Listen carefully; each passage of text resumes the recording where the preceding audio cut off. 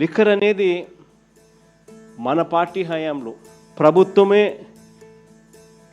సరైన సమయాలు పెట్టి, ఇష్టం వచ్చిన సమయాలు కాకుండా కరెక్ట్గా నిర్దిష్టమైన టైమింగులు పెట్టి షాపులు తగ్గించి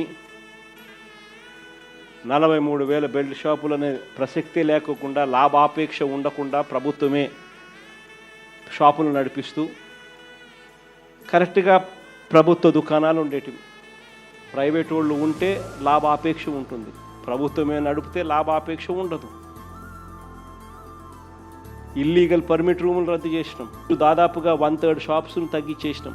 ప్రతి షాప్లోకి హిస్టరీ నుంచి మొదలు పెడితే ఒక క్వాలిటీ చెక్ అయిపోయిన తర్వాత ఆ బాటిళ్ళ మీద క్యూఆర్ కోడ్ ఉండేది.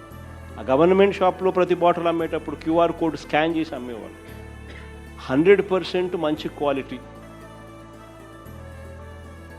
రెప్యూటెడ్ ఎన్లిస్టెడ్ డిస్టిలరీల నుంచి మాత్రమే ప్రొక్యూర్డ్ మెటీరియల్ అమ్ముడుపోయేది.